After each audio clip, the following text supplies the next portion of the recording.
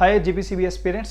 सो कैसे हैं आप सब, और आई होप कि आप सबका प्रीलिम्स का जो एग्ज़ाम है वो काफ़ी अच्छा गया होगा, काफ़ी अच्छा निकला होगा, और आप सब अभी हो चुके हैं स्टार्ट अपनी मेंस की प्रिपरेशन के लिए फ्रेंड्स। ठीक है, तो अब आपकी बारी है मेंस को करेक्ट करने की। प्रीलिम्स आप लोग करेक्ट कर चुके होंगे आई होप। ठीक है, पॉजिटिविटी तो रखते हैं ना, एक ये उम्मीद तो रखते हैं ना कि हाँ आप अच्छा करके आए तो हो सकता है हो जाएगा।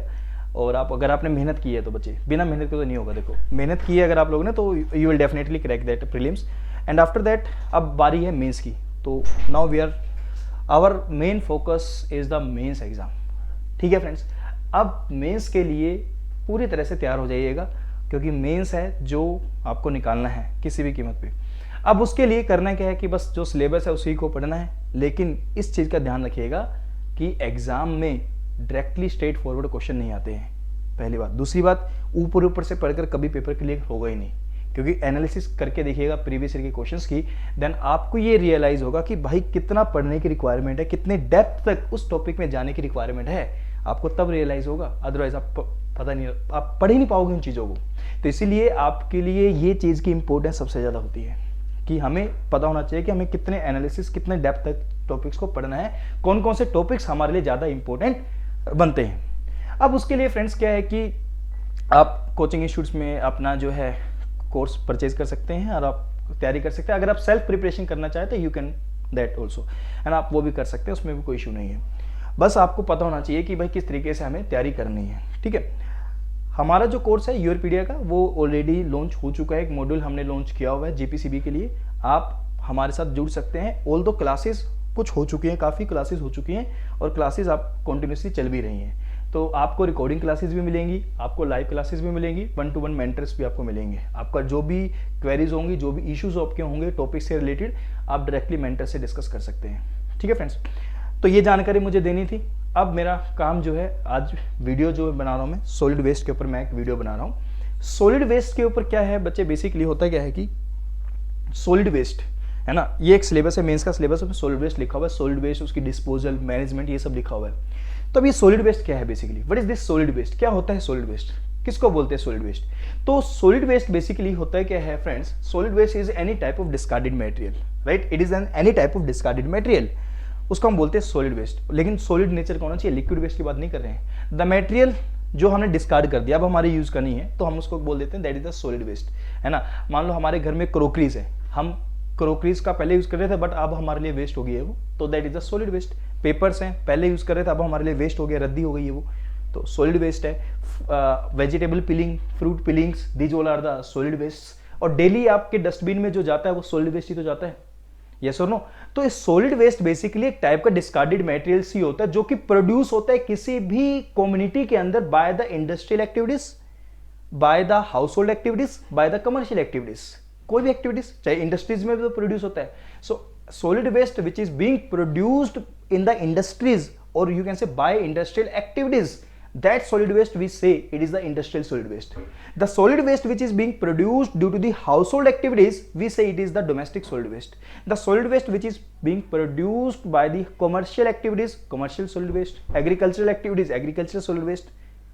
Getting my points? So basically solid waste, there are the different types of solid waste friends, there are the different types of solid wastes, right? और हमें क्या करना है, हमें इन सॉलिड वेस्ट की डिस्पोजल के बारे में समझना है।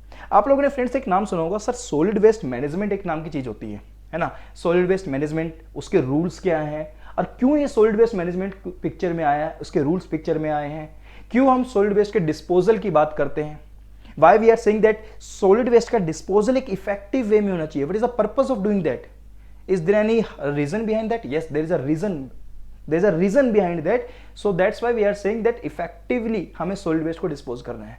so one by one हम सारे टॉपिक्स को डिस्कस करेंगे, लेकिन आज का जो हमारा टॉपिक है बच्चे वो है सिर्फ solid waste का, राइट। तो solid waste is any type of discarded material, it is produced by the human activities including household, business and industrial ones. Solid waste can comes in the various forms like debris, garbage, sludge, refuse, construction waste. It can include both biodegradable and non biodegradable material. ठीक है, ये सब discuss करेंगे हम class, जैसे जैसे topic चलता रहेगा मैं आपको सारी चीजें बताता जाऊंगा।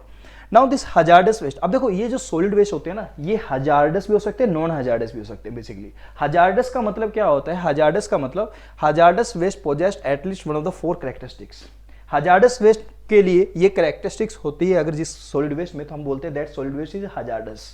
अगर किसी सॉलिड वेस्ट में ये कैरेक्टरिस्टिक्स देखने को मिलेगी तो हम बोल देंगे that solid waste is hazardous. जैसे example ignitability, corrosivity, reactivity, toxicity. Ignitability का मतलब द वेस्ट इज फ्लेमेबल, अब बर्न कर सकते हो उसको, the waste is flammable that means इग्निटेबल।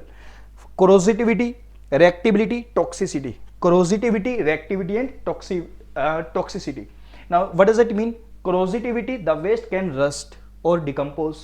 Reactivity, that is explosive, and toxicity, it means that is a poisonous.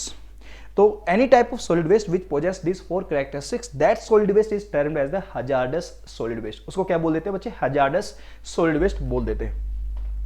Household hazardous waste such as the paints, batteries, medicines, etc. are hazardous waste. Hazardous household waste बोल दो या household hazardous waste बोल दो। Example जो हमारे घरों में मिलते हैं बेसिकली हजार्डस वेस्ट, वो हो जाते हैं पेंट्स, बैटरी, मेडिसिन, ये सब क्या है? हाउसहोल्ड हजार्डस वेस्ट से, राइट। और इनकी जो डिस्पोजल है हमें देखनी होती है कि एक इफेक्टिव वे में केयरफुली हमें इसकी डिस्पोजल करें। खैर डिस्पोजल तो हमें सबकी पढ़नी है, तो आई विल टेल यू कि कौन कौन से डिस्पोजल मेथड्स होते हैं बच्चे।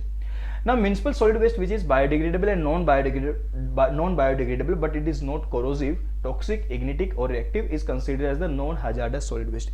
जो municipal solid waste होता है जो हमारे घरों में प्रोड्यूस होता है, the solid waste which is produced by domestic activities, domestic solid waste, जिसको municipal solid waste भी बोल देते हैं, that also termed as the municipal solid waste. और one more nomenclature we use here, refuse, right? I will tell you. So domestic solid waste or municipal solid waste is either of biodegradable nature or non-biodegradable nature, but it is not hazardous solid waste. Remember that point, right? तो municipal solid waste hazardous, non-hazardous solid waste होता है, इस चीज का ध्यान रखिएगा। Now, what are the sources of solid waste? ये solid waste produce कहाँ से होता है? What are the sources basically? What are the different type of sources? Right? Waste category definition, constituents, components. Waste category: residential households, commercial. Source, I am telling the source, right? Residential households, commercial institutions, municipal services, biomedical or agricultural, these are the different sources of this solid waste. अगर हम बात करते हैं बच्चे residential से या household activities की वजह से जो सॉलिड वेस्ट प्रोड्यूस होता है उसको हम बोलते हैं रेजिडेंशियल सॉलिड वेस्ट बोल दो, हाउसहोल्ड सॉलिड वेस्ट बोल दो, that is the household solid waste. And इसमें एग्जांपल आप बोल सकते हैं sir food residue, paper, cardboard, plastic, rubber, textile, glass, these all are the example of this household solid waste. Similarly, you can say the commercial or institutional that generated in the commercial activity, that generated due to the commercial activities, that generated due to the institutional activities. तो वो solid waste जो इन सब की वजह से produce होते हैं, इनको हम बोलते हैं ये commercial solid waste या institutional solid waste। एग्जाम्पल जैसे आप बात कर सकते हैं रेस्टोरेंट से जो सॉलिड वेस्ट प्रोड्यूस हुआ है, होटल से, हॉस्पिटल से, गवर्नमेंट से, प्राइवेट ऑफिस, बिल्डिंग्स, तो ये सब क्या है बच्चे? कमर्शियल से, इंस्टीट्यूट से। तो इन सब से जो सॉलिड वेस्ट प्रोड्यूस होता है इनको हम बोलते हैं कमर्शियल या इंस्टीट्यूशनल सॉलिड वेस्ट। कोई भी नोमेनक्लेचर आप यूज कर सकते हैं, बिल्कुल ही डीपली जाकर ऐसा नहीं है कि सर कमर्शियल किसको बोलेंगे, इंस्टीट्यूशनल किसको बोलेंगे, इतना नहीं करना आपको डिटेल में, आप कुछ भी नाम दे सकते हैं, ठीक है। म्यूनिसिपल सर्विसेज की अगर हम बात करें तो म्यूनिसिपल सर्विसेज जब आप स्ट्रीट क्लीनिंग की बात कर रहे हैं, असेंबलीज की बात करते हैं, जब पार्क्स वगैरह में असेंबलीज होती है, कोई एक एरिया है खुला एरिया, वहाँ पर असेंबलीज वगैरह होती है, रिक्रिएशनल एक्टिविटीज अगर कोई होती है तो उसकी वजह से उस इवेंट के बाद जो सॉलिड वेस्ट प्रोड्यूस होता है ना, आप देखते हैं काफ़ी सारे प्लास्टिक के ग्लासेस वगैरह मिल जाते हैं वहाँ पर, तो उन सब की वजह से जो सॉलिड वेस्ट प्रोड्यूस होता है, तो these all are the municipal services की वजह से जो सॉलिड वेस्ट प्रोड्यूस होता है, राइट। उसके बाद अगर हम बात करें biomedical waste, the biomedical waste that generated in the hospitals, nursing homes, ठीक है, बायोमेडिकल वेस्ट, उनको हम बोलते हैं बायोमेडिकल वेस्ट। एग्रीकल्चरल एक्टिविटीज की वजह से जो बच्चे प्रोड्यूस होगा उसको बोलते हैं agricultural solid waste. I think बात थोड़ी थोड़ी समझ आ रही होगी कि भाई सॉलिड वेस्ट क्या है, डिस्कार्डेड मटेरियल है, what are the different sources of the solid waste, तो these are the different sources of the solid waste. तो यहाँ तक की कहानी समझ आई। नाउ द सेकंड क्वेश्चन कि what are the impact of those solid waste. अभी हमने बात करी कि हमने सॉलिड वेस्ट मैनेजमेंट की हम बात करते हैं, सॉलिड वेस्ट के डिस्पोजल की हम बात करते हैं। So why we are saying this, कि हम इसकी बात कर ही क्यों रहे हैं, क्या रीजन क्या है, क्योंकि इसका इम्पैक्ट हमें पता होना चाहिए कि what can be the impact of solid waste. तो the impact of the solid waste environment पे क्या इम्पैक्ट होता है, ह्यूमन हेल्थ पे क्या इम्पैक्ट होता है। अगर हम एनवायरमेंट के पॉइंट ऑफ व्यू से बात करते हैं बच्चे, the major impact comes out to be contamination of the soil.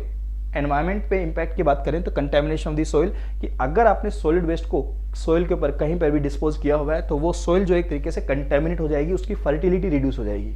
अगर सॉइल की फर्टिलिटी रिड्यूस हो गई तो वहाँ पे न्यूट्रिएंट्स की कमी हो गई, तो आप समझ रहे हैं कि क्रॉप्स की ग्रोथ वहां पर पॉसिबल नहीं हो पाएगी, right. Improper disposal of the soil, improper disposal, but अगर इफेक्टिव वे से करोगे तो शायद ये प्रॉब्लम्स ना मिले।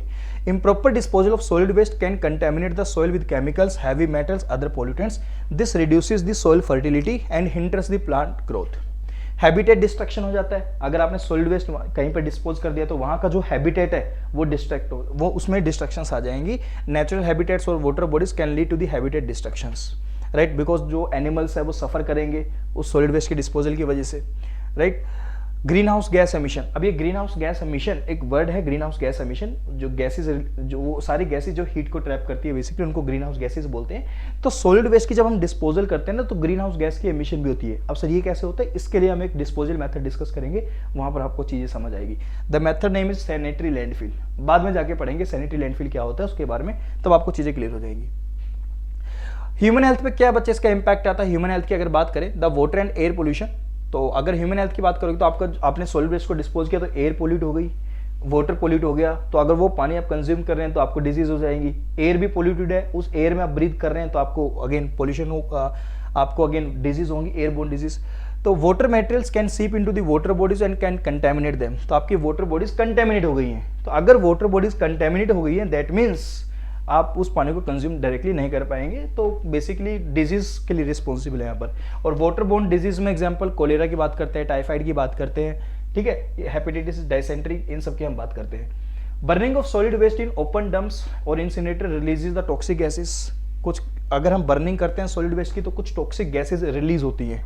टॉक्सिक गैसेज रिलीज होने की वजह से एनवायरमेंट को भी अफेक्ट करता है, ह्यूमन हेल्थ को भी अफेक्ट करता है, राइट। तो डिजीज भी काफ़ी सारी हो जाती है। अगर आपने सॉलिड वेस्ट को एक जगह रखा है, ऐसे ही डिस्पोज किया हुआ है, तो वहाँ पर जो है कुछ वेक्टर्स जिसको फ्लाइज वगैरह बोलते हैं, मक्खियाँ वगैरह होती हैं, मच्छर वगैरह होते हैं, तो वो मच्छर वहाँ से, क्योंकि उसमें कंटेमिनेंट्स थे और वहाँ से जो वेक्टर्स होते हैं वो हमारे ऊपर अटैक करेंगे, मतलब बाइट कर देते हैं जब मच्छर वगैरह, तो हमें वो डिजीज हो जाती है। जैसे मलेरिया वगैरह होता है, डेंगू वगैरह होता है ना। तो आप मॉस्किटोज जो होते हैं बेसिकली फीमेल मॉस्किटोज, जो एडीज होती है female mosquito, Anopheles female mosquitoes होती है जो डेंगू और मलेरिया के लिए रिस्पॉन्सिबल्स होती हैं। वेक्टर्स, बेसिकली इनको वेक्टर्स बोलते हैं, कि जो मच्छर मक्खी होते हैं वहाँ पर एक सॉलिड वेस्ट रखा हुआ था, तो जो सॉलिड वेस्ट एक जगह रखा हुआ था वहाँ पर इन मक्खियों मच्छर्स ने क्या किया, वहाँ से जो आपके पैथोजेंस है वहाँ से उठाकर अपने बॉडी के अंदर वो ट्रांसफर हो गए बेसिकली बाइट की वजह से, तो डिजीज एक तरीके से स्प्रेड हो जा रही है। तो ये सब जो है डिजीज भी हो सकती है यहाँ पर, राइट। तो ये कुछ इम्पैक्ट निकल कर आते हैं किसके, सॉलिड वेस्ट के। The municipal solid waste is a heterogeneous mixture of various kinds of solid waste. ये जो म्युनिसिपल सॉलिड वेस्ट होता है बेसिकली ये मिक्सचर होता है, it is the mixture of what, mixture of heterogeneous, it is a heterogeneous mixture of various kinds of solid waste. अलग अलग solid waste मिलते हैं म्युनिसिपल सॉलिड वेस्ट में। अब म्युनिसिपल सॉलिड वेस्ट क्या होता है, म्युनिसिपल सॉलिड वेस्ट होता है जो हाउस होल्ड एक्टिविटीज की वजह से प्रोड्यूस हुआ, उसको हम बोलते हैं म्युनिसिपल सॉलिड वेस्ट या डोमेस्टिक सॉलिड वेस्ट, या इसका एक और नाम है बच्चा रिफ्यूज, इसको क्या बोलते हैं, रिफ्यूज। अब जो हाउस होल्ड एक्टिविटीज की वजह से जो सॉलिड वेस्ट प्रोड्यूस हुआ उसको तो नाम दे दिया हमने म्युनिसिपल सॉलिड वेस्ट। अब उसके अंदर क्या क्या कॉन्स्टिट्यूएंट्स आपको देखने को मिलेंगे, उसके अंदर उस सॉलिड वेस्ट में आपको क्या क्या कॉन्स्टिट्यूएंट्स देखने को मिलेंगे उसकी हम बात कर रहे हैं। जैसे उसके अंदर आपको गार्बेज देखने को मिलेगा, जैसे उसके अंदर आपको रबिश देखने को मिलेगा, जैसे उसके अंदर आपको इनकम्बस्टिबल एसिड्स देखने को मिलेंगी, जैसे उसके अंदर आपको स्ट्रीट स्वीपिंग देखने को मिलेगी। These are the constituents of the municipal solid waste. अगर आपसे पूछेगा कि म्युनिसिपल सॉलिड वेस्ट के अंदर क्या क्या कंपोनेंट्स होते हैं तो ये 4 कंपोनेंट्स आप बता सकते हैं, ठीक है। बात करते हैं गार्बेज की। आपके म्युनिसिपल सॉलिड वेस्ट के अंदर या डोमेस्टिक सॉलिड वेस्ट के अंदर या रिफ्यूज के अंदर जितना भी बायोडिग्रेडेबल सॉलिड वेस्ट होगा, जितना भी बायोडिग्रेडेबल सॉलिड वेस्ट होगा उसको हम बोलेंगे गार्बेज। उसको क्या बोलेंगे, गार्बेज। जैसे एग्जांपल फ्रूट पिलिंग, वेजिटेबल पिलिंग, जो किचन से, होटल से, रेस्टोरेंट से आता है, उन सबको क्या बोलेंगे, गार्बेज। और गार्बेज में क्या है, ऑर्गेनिक बायोडिग्रेडेबल ऑर्गेनिक मैटर्स है। तो all the biodegradable solid waste comes under the category of garbage. So if we are talking about the garbage, it means this includes all the putrescible means biodegradable. It includes all the putrescible biodegradable organic waste obtained from the kitchens, hotels, restaurants, etc. All the waste like food articles, vegetable peeling, fruit peelings, etc. are thus included in this term. Right? अच्छा, garbage की density आप याद रख लीजिएगा exam के point of view से कि density of garbage usually varies between 450 to 900 kg per meter cube. तो गार्बेज की जो डेंसिटी आती है वो 450 से 900 kg पर मीटर क्यूब के बीच में आती है, वेरी करती है इसके बीच में density. Next we have a rubbish. Next जो पॉइंट हमारा है वो क्या है, रबिश। अब ये रबिश क्या होता है, रबिश, अभी हमने गार्बेज किसको बोला सर, हमने गार्बेज बोला है बायोडिग्रेडेबल को, गार्बेज बोला। रबिश किसको बोलेंगे, नॉन बायोडिग्रेडेबल को। And what is the meaning of the biodegradable organic matter and non biodegradable organic matter, the organic matter which can be decomposed by the action of the micro organism. वो सारे के सारे organic matter जिसको micro organism decompose कर दे उनको हम बोलेंगे biodegradable organic matter. वो ऑर्गेनिक मैटर जिसको माइक्रो ऑर्गेनिज्म डिकम्पोज नहीं कर पा रहा है उसको हम बोलेंगे नॉन बायोडिग्रेडेबल ऑर्गेनिक मैटर। बात समझ आ गई। तो नॉन बायोडिग्रेडेबल ऑर्गेनिक मैटर जितने भी हैं, नॉन बायोडिग्रेडेबल ऑर्गेनिक मैटर जितने भी हैं उसमें से कुछ कंबस्टिबल भी हो सकते हैं और कुछ इनकम्बस्टिबल भी हो सकते हैं। जैसे एग्जांपल पेपर आपका नॉन बायोडिग्रेडेबल ऑर्गेनिक मैटर है बट उसको बर्न किया जा सकता है, कंबस्टिबल इन नेचर। जैसे example textile, combustible in nature, non biodegradable है। जैसे example glass, crockery, these are the non biodegradable but also they are the incombustible in nature. तो नॉन बायोडिग्रेडेबल ऑर्गेनिक मैटर या non biodegradable solid waste ये combustible nature के भी हो सकते हैं, इनकम्बस्टिबल नेचर के भी हो सकते हैं। कंबस्टिबल और इनकम्बस्टिबल हम दो बात कर रहे हैं यहाँ पर, तो उन सबको क्या बोलेंगे, रबिश। तो rubbish basically it includes combustible and incombustible, यानी it includes the non biodegradable. तो एक वर्ड याद रखिएगा, rubbish includes the non biodegradable, garbage includes the biodegradable, right. Combustible के एग्जांपल लिख दिए, नॉन कंबस्टिबल के एग्जांपल लिख दिए। अच्छा, रबिश की जो डेंसिटी होती है 50 to 400, रबिश की डेंसिटी होती है 50 to 400, गार्बेज की डेंसिटी 450 to 900, रबिश की डेंसिटी है 50 to 400। नेक्स्ट जो कंपोनेंट्स निकल कर आता है वो निकल कर आते हैं इनकम्बस्टिबल एशेस। एशेस जिसको हम राख बोलते हैं, बेसिकली जब आप चूल्हा वगैरह जलाते हैं रूरल एरियाज में, लकड़ी को जलाते हैं, कोयला को जलाते हैं, ठीक है, घरों में जलाए जाते हैं चूल्हा, तो जब लकड़ी को आपने जलाया तो उसके बाद जो रेजिड्यू बनता है दैट इज द एशेस, और उसको फर्दर बर्न नहीं कर सकते हो। तो दैट एश जो ऑब्टेन हुई है from the house hold earth is the incombustible in nature, तो इनकम्बस्टिबल एश बोलते हैं। तो इनकम्बस्टिबल एशेस जो हैं from household earth ashes are also includes in municipal solid waste although its quantity is reduce in modern days. आज तो modern technology आज आ गई है, अब तो गैस का यूज कर रहे हैं, पहले के टाइम पे चूल्हे का यूज करते थे, तो इसीलिए आज के टाइम पे ये कंपोनेंट्स की परसेंटेज थोड़ी कम हो गई है, पहले के टाइम पे ज्यादा थी, ठीक है।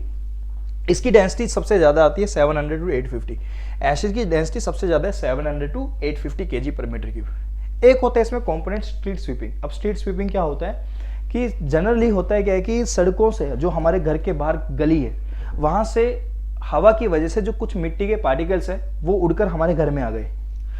बाहर हवा चल रही थी, हवा की वजह से कुछ मिट्टी के पार्टिकल हमारे घर के अंदर एंटर कर गए, और जब हम सफाई करते हैं तो वो मिट्टी बाहर तो फेंकते नहीं है, अपने ही डस्टबिन में डाल देते हैं, यस और no.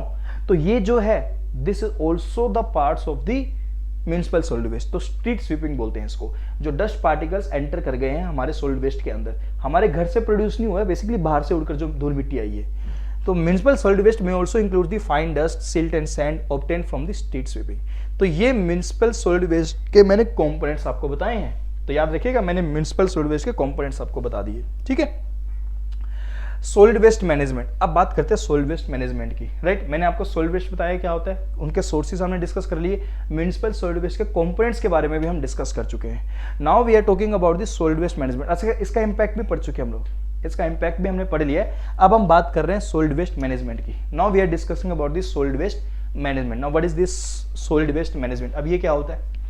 It is the discipline associated with the control of generation, storage, collection, transfer, transportation, processing and disposal of solid waste. That is the solid waste management. अब सर ये क्या मतलब हुआ? मतलब ये हुआ बच्चे, ये एक मैनेजमेंट है।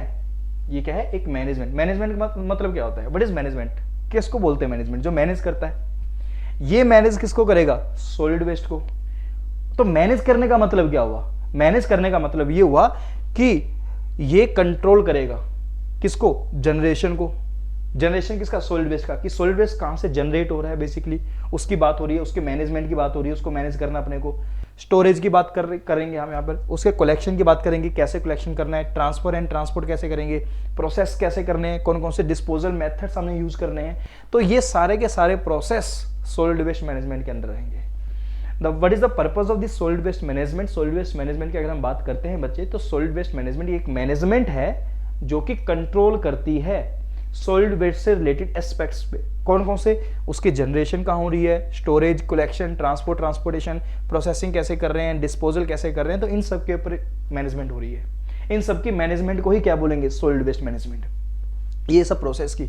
अब मैनेजमेंट किस तरीके, क्यों यहाँ पर मैनेजमेंट की बात आ रही है? अभी हमने इंपैक्ट डिस्कशन किया था कि अगर आपने सॉलिड वेस्ट को इफेक्टिवली डिस्पोज नहीं किया तो ह्यूमन हेल्थ पे भी इंपैक्ट आता है, एनवायरनमेंट के ऊपर भी इंपैक्ट आता है। तो यहाँ पर मैनेजमेंट इसलिए पिक्चर में आ रही है कि आपको इन सारी चीजों को इस तरीके से मैनेज करना है, आपको इन सारी चीजों को इस तरीके से मैनेज करना है कि public health, economics, engineering, conservation, aesthetic and other environmental considerations, इन सब को ध्यान में रखते हुए आपको इन सबको मैनेज करना है। इन सारी चीजों को आपको मैनेज इस तरीके से करना है कि पब्लिक हेल्थ को ध्यान में रखना है, एनवायरनमेंट को ध्यान में रखना है, इकोनॉमिक्स को ध्यान में रखना है, इंजीनियरिंग कंजर्वेशन को ध्यान में रखना है। इन सारे पॉइंट्स को ध्यान में रखते हुए आपने सॉलिड वेस्ट को मैनेज करना है।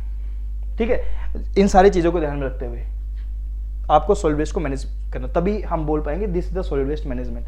अदरवाइज मैनेजमेंट का क्या ही मतलब होगा? यही, अगर आप एनवायरनमेंट को ध्यान में नहीं रख रहे हैं, अगर आप पब्लिक हेल्थ को ध्यान में नहीं रख रहे हैं, आपने बोल दिया कि ठीक है मैंने सॉलिड वेस्ट को स्टोर कर दिया एक जगह पे, जनरेट जहां से हो रहा था, जाके एक जगह डिस्पोज कर दिया, बट उस डिस्पोजल के मेथड जो भी आपने यूज किया है उसकी वजह से पब्लिक को भी इफेक्ट हो रही है, पब्लिक हेल्थ भी इफेक्ट हो रहा है, एनवायरनमेंट को भी प्रॉब्लम आ रही है, तो दोनों ही इफेक्ट हो रहे हैं। तो that is not the proper management. तो अगर आपने सॉलिड वेस्ट को मैनेज करना है तो आपको पब्लिक हेल्थ का भी ध्यान रखना है, एनवायरनमेंट का भी ध्यान रखना है। तो इन सारे फैक्टर्स को ध्यान में रखते हुए आप इन सब चीजों को कंट्रोल करेंगे, that is the solid waste management. बात समझ आ गई? Next, what are the functional element of waste management includes? The functional elements of waste management में क्या क्या आएंगे? ये सारे पॉइंट्स हैं, ये सारे फंक्शनल एलिमेंट्स हैं। तो एक एक करके डिस्कस करते हैं। पहले generation. For an effective solid waste management to work, a good idea about the activities and the source generating waste is essential. अगर आप चाहते हैं कि हम इफेक्टिवली सॉलिड वेस्ट मैनेजमेंट करें, इफेक्टिवली हम सॉलिड वेस्ट को मैनेज करें, तो आपको इस चीज की जानकारी होनी चाहिए कि सॉलिड वेस्ट किस जगह से प्रोड्यूस हो रहा है, कौन से नेचर का सॉलिड वेस्ट किस जगह से जनरेट हो रहा है, इस चीज की जानकारी आपको होनी चाहिए। A good idea about the activities and the source generating waste is essential. It will give the quality and composition of the waste produced and the methods of reduction of the waste at the source can be thought of. ऐसा क्यों basically, इससे ऐसा क्यों होता है, मैं थोड़ा सा आपको इसके आगे का सिनेरियो बताता हूँ कि अगर आपने सॉलिड वेस्ट, अब देखो आपके सॉलिड वेस्ट में ना यार, अब ध्यान दो, आजकल आप नाम सुन रहे हैं गीला कचरा, सूखा कचरा। क्या ये पहले भी बात होती थी? पहले तो नहीं होती थी, है ना। तो होता क्या है कि बेसिकली जो सॉलिड वेस्ट में मिक्सचर होता है हमारे पास, उस मिक्सचर की डिस्पोजल करना काफी डिफिकल्टी होती है। मिक्सचर का हम लोग गीला कचरा, सूखा कचरा, अभी एग्जांपल के लिए समझा रहा हूं आपको मैं। तो बेसिकली करते क्या है कि हम अलग अलग कर देते हैं, डिफरेंशिएट कर देते हैं। तो गीला कचरा अलग किया, सूखा कचरा अलग कर दिया, समझाने के लिए बता रहा हूँ चीजें बस मैं, ताकि आपको चीजें समझ आ जाए। तो जैसे आपने अब अलग अलग कर दिया, तो आप इनकी डिस्पोजल वेरी इजली कर सकते हो।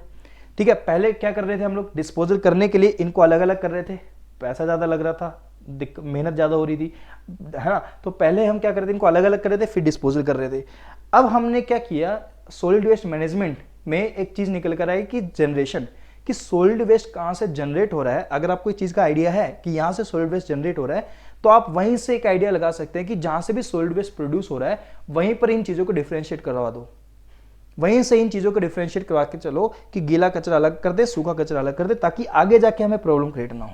इसलिए जनरेशन की हम यहाँ पे बात कर रहे हैं। सेकंड है बच्चे स्टोरेज। ये एक सेकंड की एलिमेंट निकल कर आता है, because the collection of the waste never takes place at the source और at the time of their generation, so waste need to be stored on the site. अब हम बात करेंगे स्टोरेज की, कि जनरेशन जहां से हुआ है वो ठीक है, अब हमें स्टोरेज भी तो करनी होगी, अब हम उसकी स्टोरेज कर रहे हैं।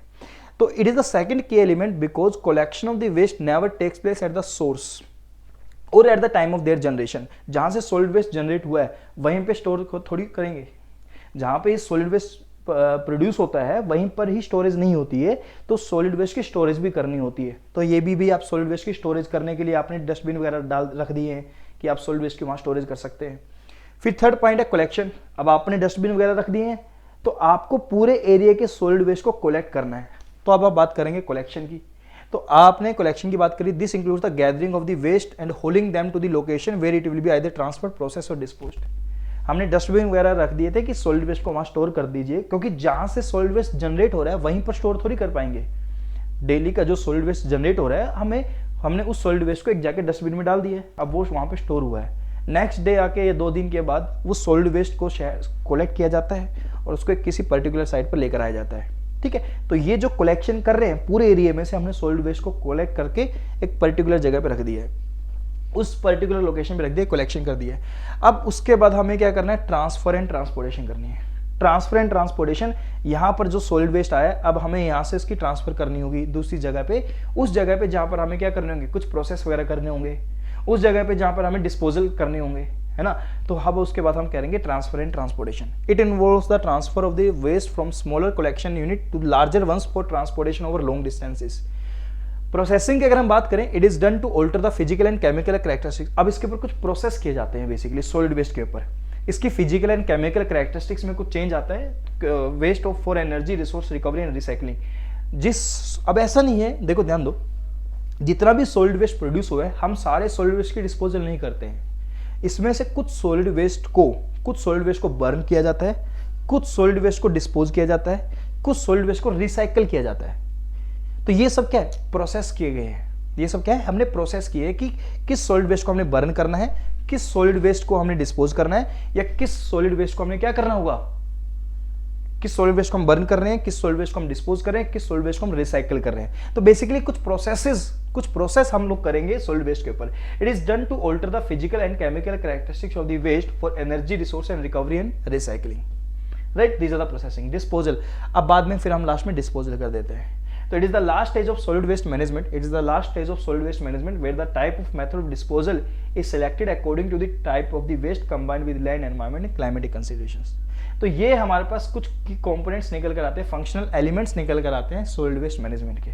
तो खैर बात आपको समझ आई होगी थोड़ी थोड़ी कि सॉलिड वेस्ट क्या होता है। ठीक है, उसके बाद हम बात करेंगे कि कौन कौन से डिस्पोजल के मेथड्स होते हैं। ठीक है, इसको फिर सॉलिड वेस्ट मैनेजमेंट के रूल्स भी हैं, तो सारे टॉपिक्स को कवर करेंगे, रूल्स भी डिस्कस कर लेंगे और सॉलिड वेस्ट के कौन कौन से डिस्पोजल मेथड्स हैं। खैर मैंने आपको पहले बताया था कि मेरा आज के जो वीडियो बनाने का टॉपिक है, जो मैं वीडियो बनाऊंगा जिस टॉपिक पे, वो यही रहेगा कि भाई सॉलिड वेस्ट क्या होता है, what is the solid waste के सोर्सेज क्या है, कौन कौन से इसके इंपैक्ट होते हैं, और सॉलिड वेस्ट मैनेजमेंट के बारे में थोड़ा सा मैंने आपको जानकारी दी है।